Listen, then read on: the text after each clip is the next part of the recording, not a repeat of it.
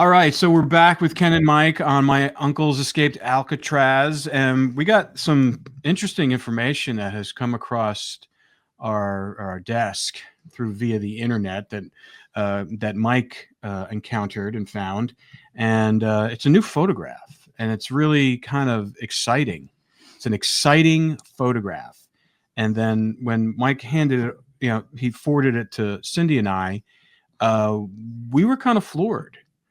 We were floored on what it was, and how it looked, and it's a photograph that someone, and I'll let Mike get into the details, but just the headline is it's a photograph of John Anglin and later on, that was apparently taken in Brazil, that was found on the internet. Mike, tell us, the it's not even the resemblance,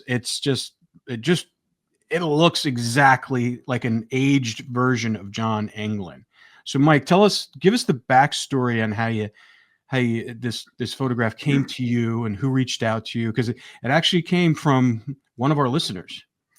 Yeah, as you can imagine, over the months as we do the podcast, people will reach out to us with information about John and Clarence, the escape, Brazil, other aspects, and you start digging into it, and it starts to fall apart at some point where it's just not credible, or the connection is very weak.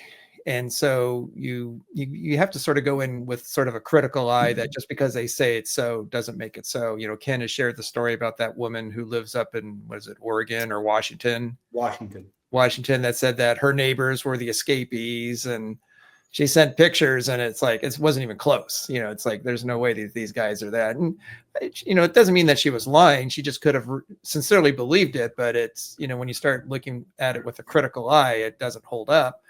So one of the listeners on our Facebook page sent me a message saying, "Hey, have you checked my message? Or do you check your messages?" That's what he asked me. And I said, "Well, yes, of course, we always check our messages." And he says, "Well, there's this guy that claims to have a photograph of John Anglin, and he identifies him as John Anglin. Have you seen it?" It's like, "No, I haven't seen it." And so I said, "Can you send me the links? Can you send me the information that you've seen?" And so he did. He sent me the link of this gentleman who lives in Brazil, in the Sao Paulo area, which is a major 20 million people city in Brazil, very large. And he lives supposedly in this area of Brazil. And since 2016, 2017, he's been trying to make contact with Ken's family, the Anglin family. And he tried to reach out to Ken's brother, David, but for whatever reason, couldn't connect with him with this information that he wanted to relay to the family, that he had a photo of John. And when I saw the photo, and not only did he provide the photo, but he has a comparison photo of John, a known photo of John, one of his mugshots. And like you said, I as soon as I saw it, I thought, okay, this one is different. This is not a weak claim that somebody is making. The photo looks very much like John. It's even the same facial expression, which is kind of eerie. But it's the nice thing about the photo is that it's an older version of John. It looks like he's in his 40s or possibly 50s. Oh yeah. Which would obviously be clearly after the Alcatraz escape. I mean, you can see how this person has aged, but when you start looking at the different features on the face to kind of make a comparison, the eyes, the nose, the chin, the mouth, the hairline, the bone structure, things like that. And, we're amateurs. I'm not claiming to be an expert, but you can look at certain markers. Do these hold up when you compare the photos? And it seems that they do. It seems that everything about it, from my unofficial view, is that looks like John, and he's claiming that it's John, and that he has some kind of a connection to him. We don't know. We just got this yesterday, as a matter of fact. So the information is preliminary, but right now it's looking very promising. And so we're trying to track down this gentleman in Brazil to find out how he knows John and his desire to reach the family. So yeah, that makes it more credible that he's been trying to connect with the family to say, I have information about John and here's my proof. Just like Fred Breezy did. Fred Breezy made many claims about the escape, but he provided the proof with obviously the now famous photograph of John and Clarence in Brazil, and then the details that he related in his encounter with Ken's family that match up with other eyewitnesses and other documents that we have that show that what he was saying was credible. So this is, like you said, this is an exciting, development. Yeah, no, what I think is really interesting about this photograph, and obviously we're throwing the photograph up as we're talking about this to really kind of everyone to see it, just with the naked eye. I mean, if you just do kind of rough measurements in your head of the shape of his head, the length of his forehead with his hairline, which is extremely interesting because it's pretty much identical, where he has like a cowlick on the left side of his head in his mugshot, and he has the same cowlick in the older photograph. The spacing of his eyes, the expression is what did it for me. I'm like, that's the same expression. The way he pierces his lips in this thing, it's almost like, and then also the lines just below that go above his mouth, and that separate his nose, and is identical. I mean, it's identical, and it just the way he's positioning his head. If you look the way he's furrowing his chin. And one of the other things I find that I don't know whether or not, I mean, you can deep fake anything nowadays, but what I thought was really interesting is this looks like it's a photo of a photo. Yes. And you can see the distressed nature of the photograph across his forehead, that little white streak that looks like it was probably, just from aged, or it was like bent or something like that, bent back, and where the photographic paper had flaked off, like back then, not many people get to handle actual photographs anymore, because everyone does it digitally. And so, but, obviously this looks like it was not, it looked like it was taken on, maybe like a Kodak or something like that. It doesn't look like it was a Polaroid. So, but, when you have the paper after it's distressed a while and it breaks, it makes that appearance that, so to me, it looks, and Mike, when you did, the guy who sent this to you through the email, did he indicate how this person who reached out, who's been reaching out to the family in that post, and we'll have to track down that post, and if he can send you that post, that would be great, how this person, the person in Brazil, obtained this photograph? No, we don't have any specific information other than he's been again, it's John Anglin that he identifies. This is John in the photo, and that he's been trying for years to reach the family, specifically Ken's brother, but unsuccessfully. And that's the only specific information we have. He doesn't say anything about how he knows John, if he's a family member, a friend, neighbor. We don't know at this point. Okay. There was something mentioned in the email you sent us, and I don't know if this is correct or not, or maybe you've found out more about it, but because we all know that there was was it a John Deere or Caterpillar plant that was near that town, where they were hiding out that, and I think you referenced that in the email you sent me. Tell us a little bit more about that. Well, as you know, the person has, at least to me, seems like an uncommon Brazilian name. It's not, Juan, Hernandez kind of a name. We won't say it now because we're still investigating. But the name, I've never heard this name before. It was kind of said this way, or at least this frequency. And so we did a little bit of a search on Facebook to see if we can find somebody. And actually, I think it was Ken that found this gentleman, or a couple of places, a couple of Facebook sites. And one of them says specifically that he works for John Deere, which for most people, it's not a big deal. But the thing that makes that interesting is that when Fred Breezy made the recording for the family back in '92, he specifically mentions the John Deere factory was near where they lived, and that they had John Deere equipment on the farm. They had tractors and other such things. So it's another connection to the story that might possibly lend more information to, tracking down John and Clarence. Yeah. What do you think, Ken? Well, I will say that right after we did the History Channel documentary, we had people reaching out to us all the time. I mean, me included, including Mike. But I mean, when I say reaching out, we had a public Facebook page, each one of us, me and my brother, and we would have people send us, hey, I think this is your uncle, believe it or not. And some of them, like this lady in Washington, who kept hounding us every single week with information about where they live and photos, and we kept telling them this is not them. And so we had a lot of people that did reach out to us. I don't ever remember this individual, but I will say this: whenever I first found that photo of the original photo in 1970 that Fred Breezy gave us, as soon as I saw a comparison between that guy in the photo, who Fred said was John, and previous photos of John, I saw it right off the bat. I was like, holy, I just couldn't believe it. And so I had other people look at it. And, my mom, when she saw it, she was like, oh, yes, that's my brother. And so over the years, like I said, people have sent photos. But when Mike sent that photo of this, I felt the exact same way. I looked at it and I said, oh, my gosh, I can see that this looks exactly like John Anglin. Yeah. And so, I didn't want to be someone's, me, I want to see things sometimes. Showed it to my wife, and, she was like, oh, yeah, I can see it.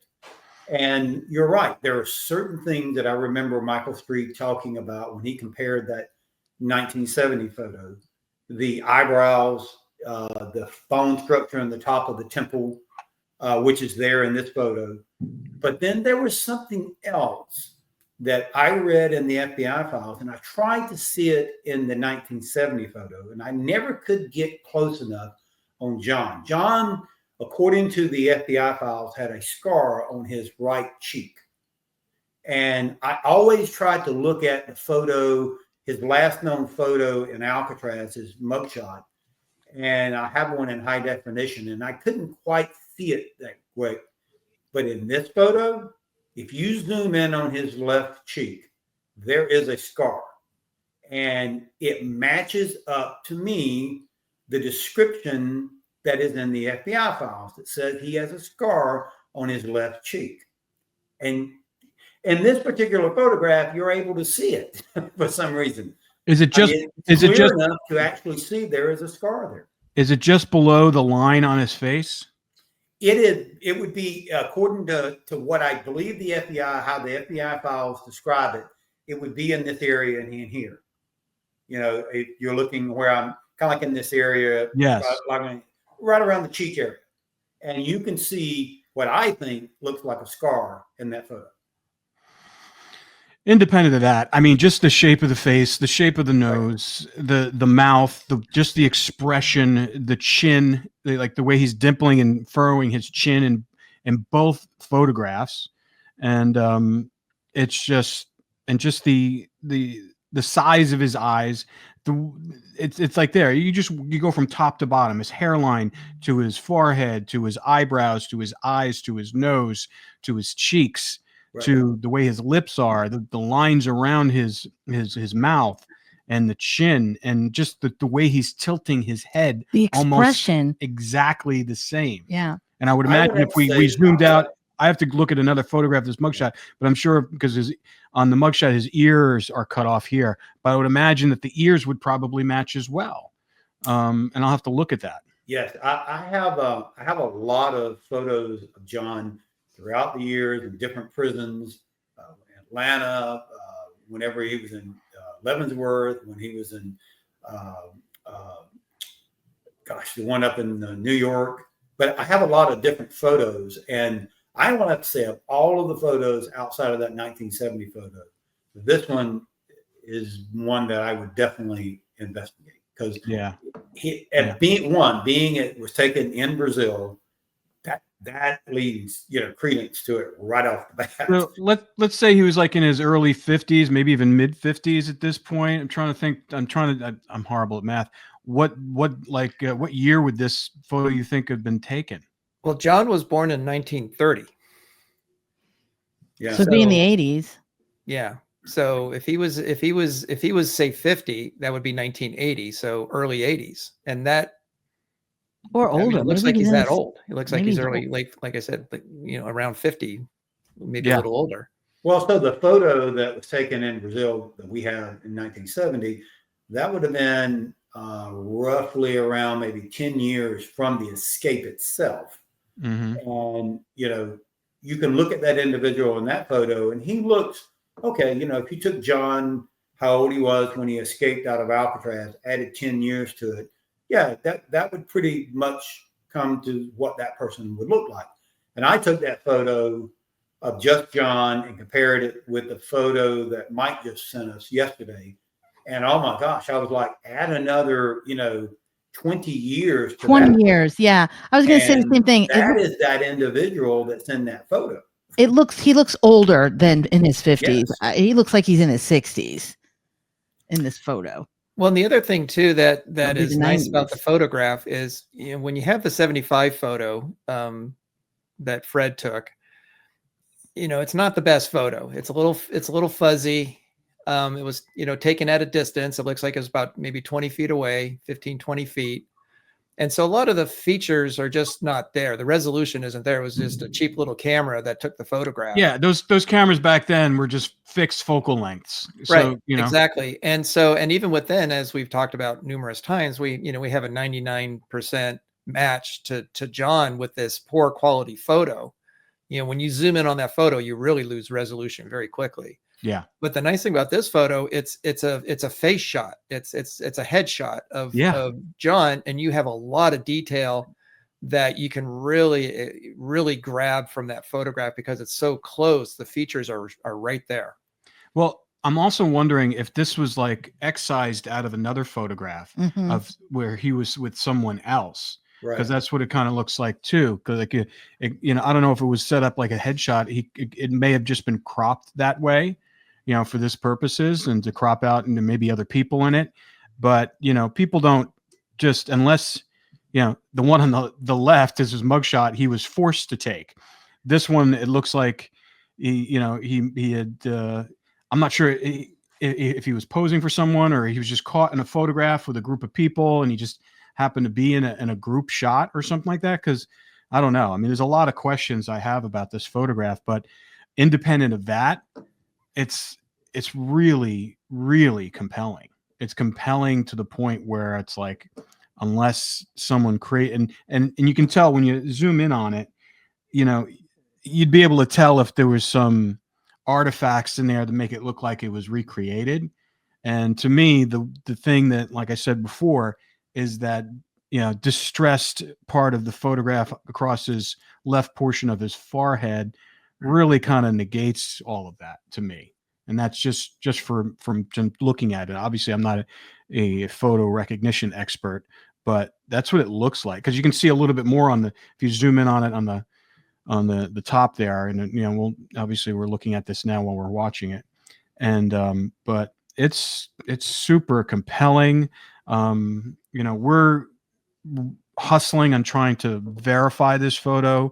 We have some people that are looking into this for us. So hopefully we can get, verify the name. I know there's a lot of people with that name in that region. So, and who knows? I mean, if the person that posted this is still alive, because this was found in 2016, right? This was sent. Right. That's what he said. 2016, he was searching for the family. Yeah. Why that year, we don't know. What prompted him to do it at that time? Yeah. We can't say. Maybe he discovered it. You never know. He could have had a family member or something like that or something. I mean, who knows? Well, the thing that's also compelling to think about is A, he has the photograph, and B, he knows who it is. He identifies him as John Anglin. So how does he know that this picture is John Anglin? Is he a family member? Are they friends with the family and he knows his real name, because we've often guessed that in Brazil, they used fake names to keep from being found. So he knows who he is. How does he have this information? Mm-hmm. Which to me suggests that he's a family member of somewhere, to know that, because I don't think outside the family, they would ever say who they really were. Or someone close to the family. Very, very trusted, close friends to the family where they know the secret. But beyond that, regular, just sort of casual acquaintances, I would be very surprised if they knew who the family really was. Yeah. And, we said this earlier before we got on to the recording, but to our listeners, obviously this podcast goes out all over the world. If you do have, this is a very good lead. Anybody else who has kind of leads like this, please forward them to us. And another announcement we have to make again, it says to the families that we're looking for that may or may not be related to John and Clarence, there is nothing that's going to happen to you. We have confirmed that with the authorities. We confirm that with that. This is just verification. This is like a archaeological experiment that we're doing here, just to try to prove that these two men made it down there, lived out their lives after the escape, that they made it off, and just to kind of verify a bunch of information. So nothing is, we've spoken to authorities about this. We've spoken to them on the podcast. We've spoken to them off the podcast. There's nothing legally that can happen to you by coming out. And I know that could be a concern. And so we just want to reiterate that to you. So if you're listening, or if someone forwards this to you, we can be reached out to, but we're just trying to solve this mystery for Ken and Mike here. Ken has a deep personal stake in this. This is his family's heritage, and and he's lived with these questions, and his family has lived with these questions all his life. And I think it's really important that we try to solve this. Because it's one of the greatest true crime mysteries that's ever been. And John and Clarence, two living sisters still alive, and both of them are very well up in age. My mom is 89, getting ready to turn 90, and her younger sister, not in very good health. It would just blow them away to find out, once and for all, where their brothers are at. And if one of them are still alive, to at least have a conversation with them before they pass away, and John or whoever it is passes away, and to even have the opportunity to meet their nieces and nephews, and learn about what happened to John and Clarence while they were there, stories that the family will have, other photos. So the authority said, like you said, Rod, they're not going to do anything to them. But, this is more of a family search now than it is really a law enforcement search. It's a family search. And that's where we really need people down in Brazil that happen to hear this. If you know something, reach out to our website, Alcatraz Escape. You can leave us messages. We'll respond back to you. Or they can reach out to Rob and Cindy off this podcast. And we'll follow up on it. Promise you. Yeah. And also we have, if you're nervous, reticent to do it on Facebook, we also have our website, Alcatraz Family Secrets, and we have, you can email us directly that way. So if you're concerned about other people seeing it, you can send it to us personally through our website, Alcatraz Family Secrets. We'll get the message, and we will be happy to communicate with you. Yeah, and they can reach out to us on our podcast webpage as well. There's varieties. Ken, I have a question for you. Did you send this photograph to your mom? Did you show it to her? I have not yet. I've been kind of holding back a little bit. I am planning to show it to her. Okay. Just to see what her reaction is when I show it. Yes, I will let you know what she says. I mean, our friend who's a former U.S. Marshal looked at it and was like, oh my God. Yeah. He's the one that's helping us with this He's case. like, are you kidding? Where did this come from? I'm like, I'm telling you, it looks just like him. It's crazy. Yeah. It's the expression for me. The way that it probably was the same expression that I had on Art when we showed him that photo, the 1970 photo, down at the cemetery in Ruskin, Florida. When I showed it to him, that there's a lot of things that people, they refilm multiple times, and the facial expression is probably not the same as it was the original time that he looked at it. But I can tell you, we blew him away when he saw it. He I believe it. Yeah, you could have. Maybe you can show it to Art too. You can send it to Art. No, I haven't showed this to Art either. No, I'm saying maybe you could let him see it. No, I could, but at this point, Art's pretty much. I'm very confused on where Art really stands. Exactly. Well, I was thinking when you show it to your mother, maybe you can record that moment, and we can play that little clip on the show in the future. Yeah. To get her honest reaction. I will definitely see if I can record her if she's willing to do that. Yeah. Yeah.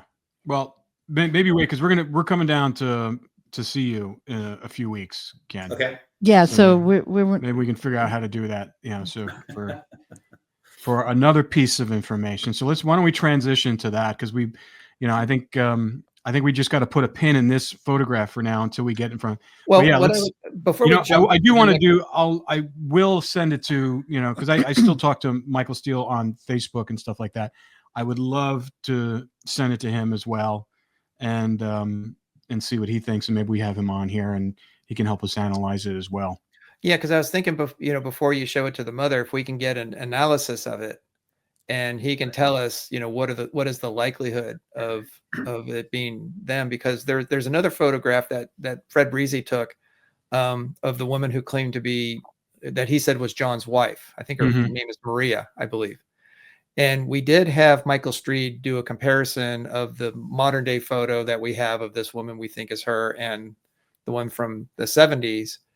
And unfortunately, her face, it's a profile shot. It's to the side, and the hair is covering a lot of her face. So there aren't a lot of data points. And he said there was just not enough to make a solid identification because of the way the photo was taken.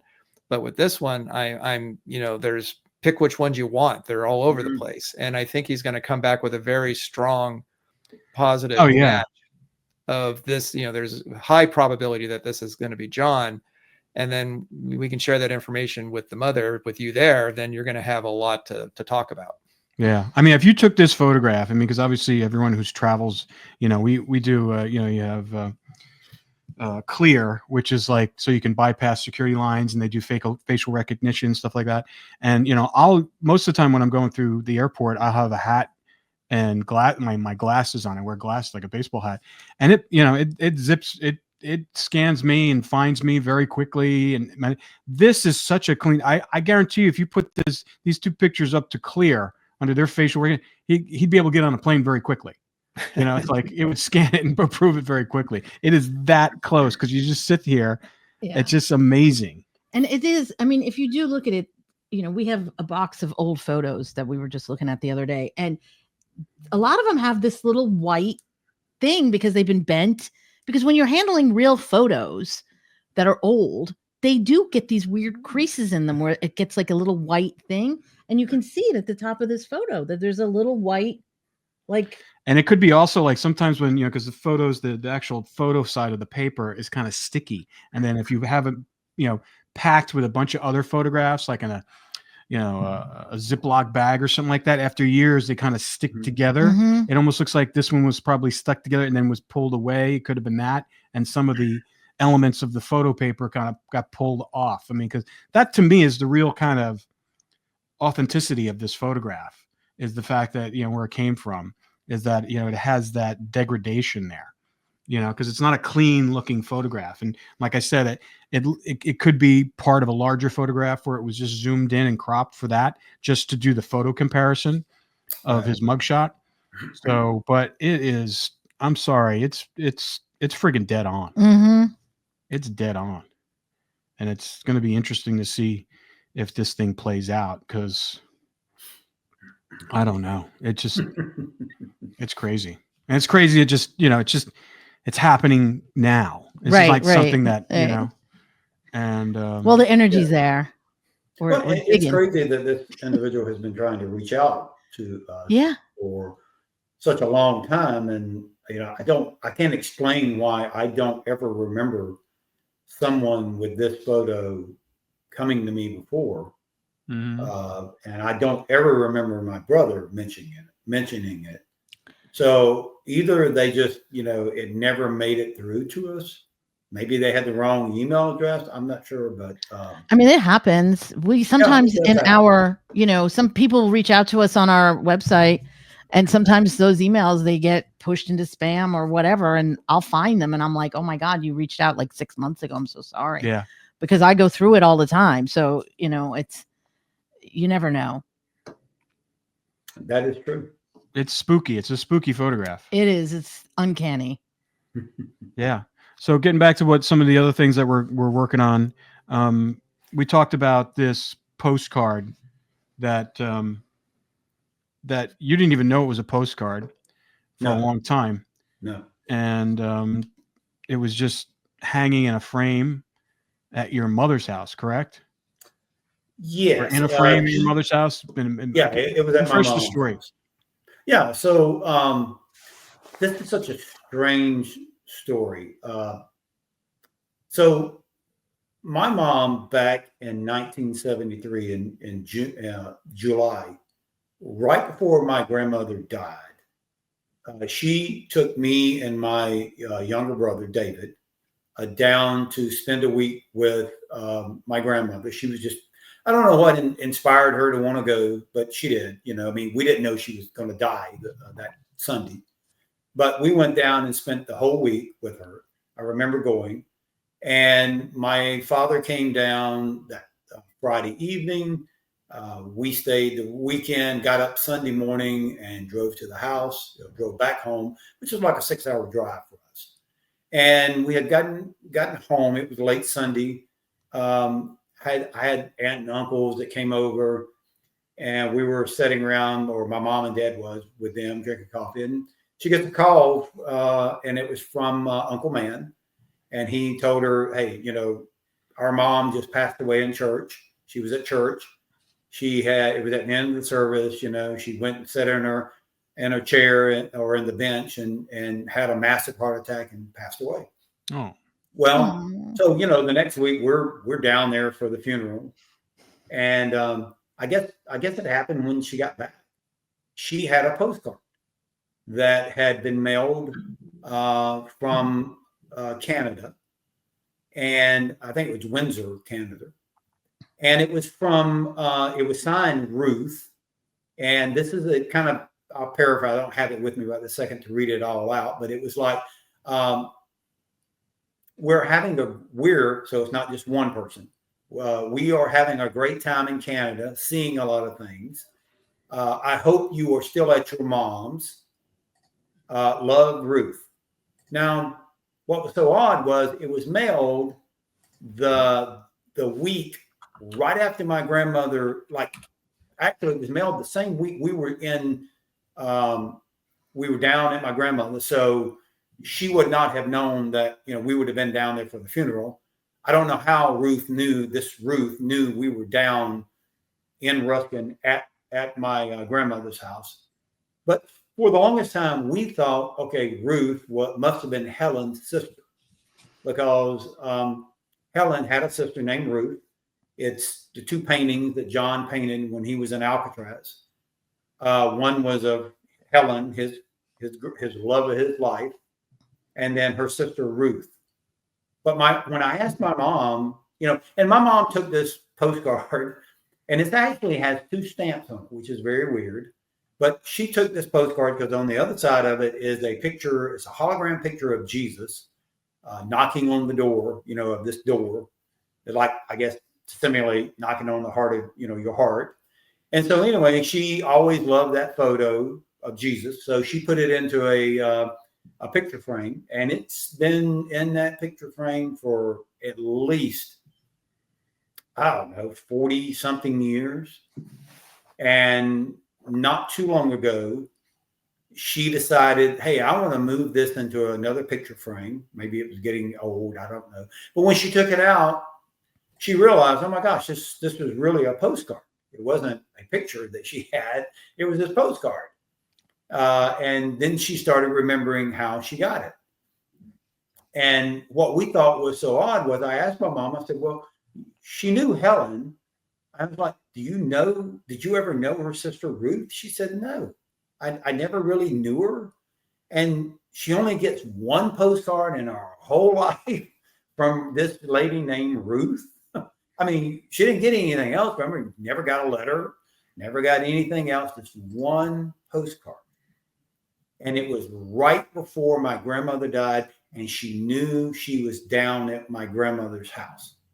So how in the world all this transpired, I don't know, but it was very strange. Now I'm not so sure that the Ruth that we thought that it came from is the Ruth.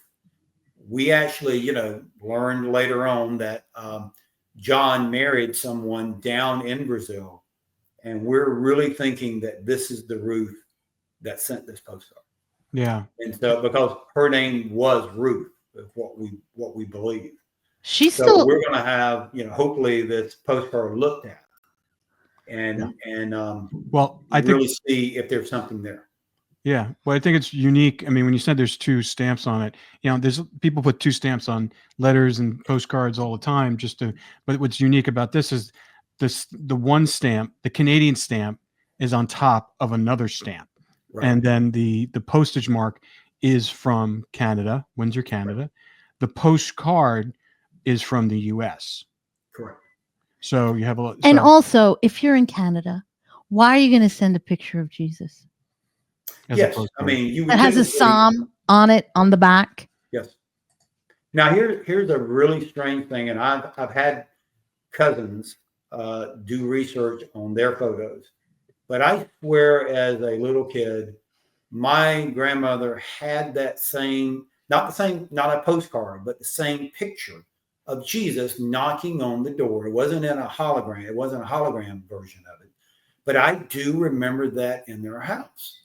I could almost tell you where it was at. I used to sit beside my grandfather as he would sit there in his rocking chair and smoke his pipe and watch TV. It was very close to him. And so, I agree with you, Cindy. If this was Ruth and she was going to send something to my mother about Canada, it would be about Canada. Right. And undoubtedly there was a stamp already on the postcard. And why would you need another stamp if it wasn't a Canadian stamp? So this also brings back a story that Uncle Man told that skip tracer that we had on several episodes ago. I have the detailed document that he did. And Uncle Man told him that he received a postcard or the family. He didn't say he received it. Let me back that up.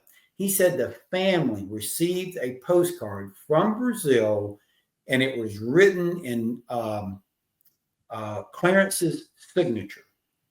Now, he didn't say that there was writing on the postcard, so it could have come in a letter, but it's very strange. I asked my mom one time about that postcard, and she said that the postcard that I was holding in my hand from Ruth was that postcard. So even more strange stories around this particular postcard. And also, John and Clarence were always talking in codes. Yes, they were. And just to clarify about the stamp, because you talk about two stamps, and usually when when somebody mails something and you need extra postage, you put a second or third stamp on it, and they're side by side. That's how you normally do it. This one, it's the stamp. One stamp is on top of another stamp, which is very peculiar. Why would you put a stamp on top of another stamp? And the town, maybe that stamp wasn't Brazil. Wasn't Canadian. And I'm really hoping when we have it looked at and we take off that first stamp, it will not surprise me.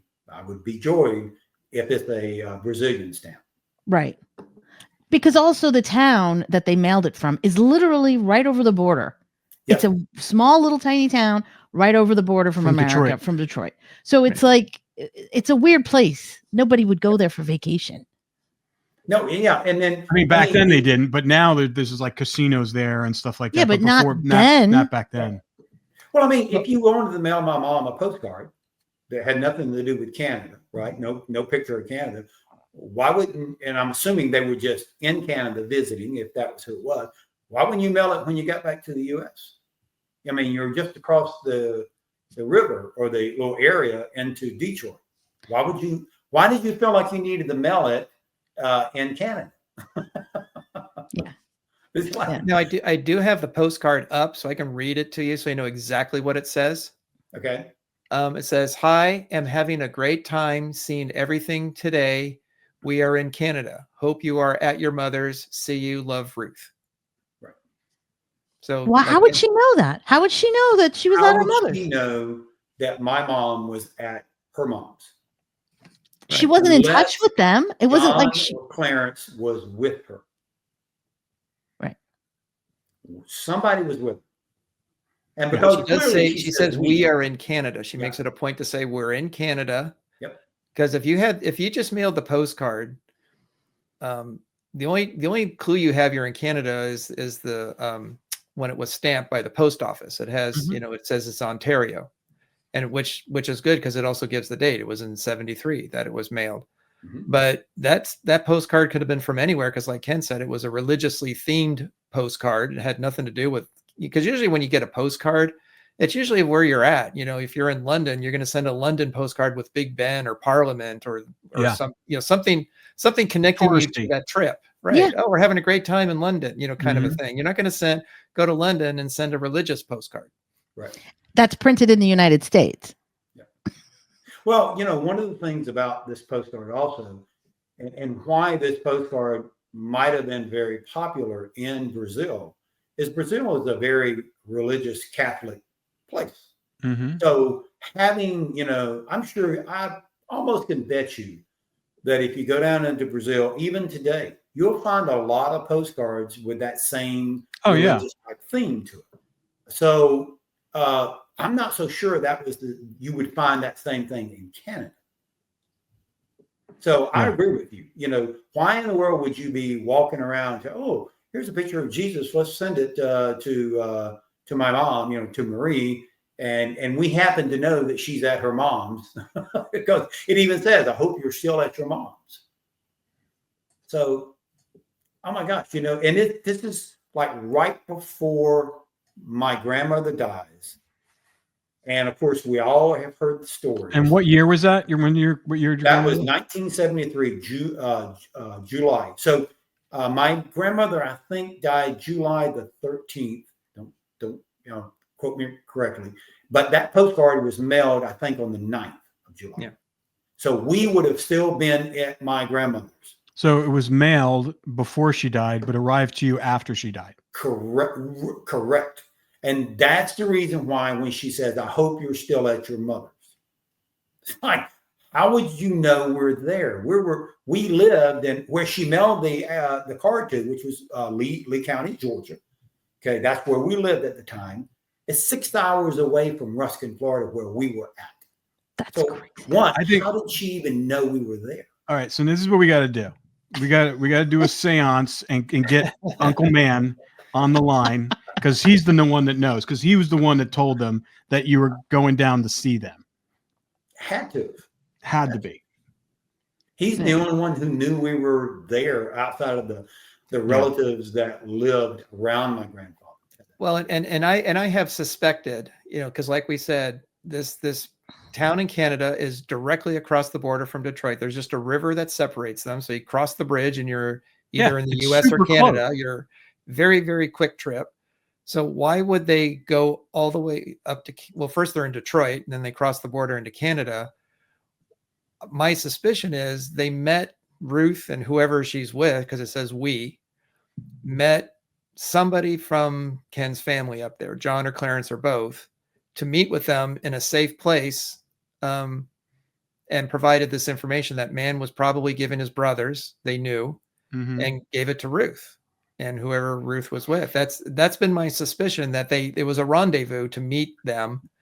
And when they mailed it, it was communicating to the family that it was because like Ken said, when he did the interview with the skip tracer, he said Clarence wrote him, but he couldn't find it according to misplaced.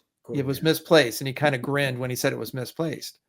So how did he know that Clarence wrote this when it says Ruth wrote it, unless Clarence was with him? That's what I think happened. I think they met with a brother or brothers in Canada for a quick trip, and then went back across to the United States. Yeah. And then she saves it in a in a picture. Well, lucky for us, it's been preserved. Oh yeah. In a glass case for 40 something years. Wow. And so, the chances of DNA being up under either one of the stamps, because you got to remember, this is back when they didn't have self-adhesive stamps. The only way you could make that stamp stay is you had to lick. Yeah. So everybody licked envelopes and stamps. It was disgusting. It was disgusting. So, we're really hoping that, I'm hoping that it's Clarence or John who licked that top one, but I'm also hoping that we find out that is a Brazilian stamp under that first one. And we don't, obviously. Oh my gosh, I don't know how much more you can prove. I know.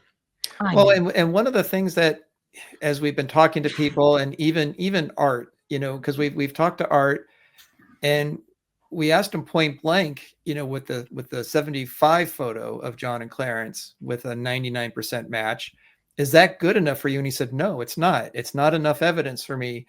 And the thing that everybody wants, the final piece of evidence, short of producing them alive or we know where they're buried, is DNA. DNA is you say DNA and everyone is like, yes, that's the final proof that everyone will agree to. And that's what we're wanting to do. We're wanting to lift the stamps, take it to an investigator who can do analysis of the back of the stamps where they were both licked. And if we can show definitively it was John or Clarence, and the nice thing about the postcard is that it was postmarked from Canada in 1973. Whereas when Ken did the documentary with History Channel, and when Ken and his brother showed the Christmas cards to Art, the first thing he asked was, well, is it postmarked? And it's like, no, it wasn't postmarked. Like, well, then this is meaningless to me. I can't use it because there's no way to identify when these were sent or who sent them. Yeah. But we have a mark from the post office, date. And if we have the DNA of John or Clarence, it's case closed. We've proven the case. This is the smoking gun that we're hoping that it is. Yeah. Yeah. No, someone licked that stamp or stamps. And so someone's DNA, and we've been consulting with a lot of experts, and they're pretty sure they can get something off that. So that's what we're working on currently, and hopefully we'll have answers in the next few months. So that's really crazy. It's crazy that it is just this whole story of Alcatraz just gets stranger and stranger every time we uncover something. But what is amazing is that everything we uncover, what Mike and I have uncovered, what we've uncovered with you and Cindy, it all points to the same conclusion. Yeah. That all three men, or at least John and Clarence, got off that island and made it down to Brazil and lived their life out with family. So I don't know how else you could come to any conclusion off of these. No. And to me, it's like, I always lean on logic, and to me, it's like everything that you guys put together in that book and the breadcrumb trails, the Mickey Cohen stuff and everything, it's all logical. It's all, it doesn't, it's, and it all connects together. It's like the way you guys presented in your book, everything connects together. Like the relationship with Fred Breezy, the whole thing. It's like, it's all there, it doesn't, And it doesn't seem like if you were to write it as a screenplay or a story and come up with it, you wouldn't be shocked to think that this is how it happened. Right. So it's not like stranger than fiction. It's fact. It just seems like it all connects together, and I just don't. And the only thing that is muddling this information is the government's reportage and investigation of it. That's the only thing that threw the monkey wrench into it. Right. Because logical people standing from the 10,000-foot view can see it very clearly. When you just, like I said before, and I've said it over and over again, if this was in a court of law, this isn't even circumstantial evidence. This is like evidence. And people have been tried and convicted based upon only circumstantial evidence. So it's like, and the thing that I brought up before is, as you talk about the evidence, is it always goes back to the story that we keep telling. It's not like we have some outlier of evidence of, oh, they landed in Scotland and there's eyewitness accounts of them in Scotland in 1963. We have nothing like that at all. mm-hmm. It's like Fred Breezy said they got out on the boat. Robert Checky sees them on the boat. In the FBI report, it says that they were going to get a boat. I mean, you have this information of people that are not communicating with each other, don't know each other, and they're saying the same thing. Or when we went to Montero Lobato, there were 3 Americans hiding in the mountains. Yeah. In the late 60s, early 70s. And when we go up there and investigate, we find the penny. And we find the gun casing, and we find the lighter that, it's not definitively John and Clarence, but it points to them. It says this is something that would connect to them, not away from them. So, and this happens again and again and again. And now we have the postcard that, again, it points to them, not away from them. And then we have a photograph that was sent by someone in Brazil. Yep. So it's like, it's crazy. Anyway. Yeah. Crazy. We're going to get to the bottom of it. Like I said before, listeners, viewers who are watching this, if you have information, please send it to us, either to Ken and Mike on their Alcatraz Facebook page or website that they have, and also for Partners in True Crime website. You can send us information there. And we're still in the hunt. We're still in the hunt. All right, guys. We'll see you next week. Okay. All right.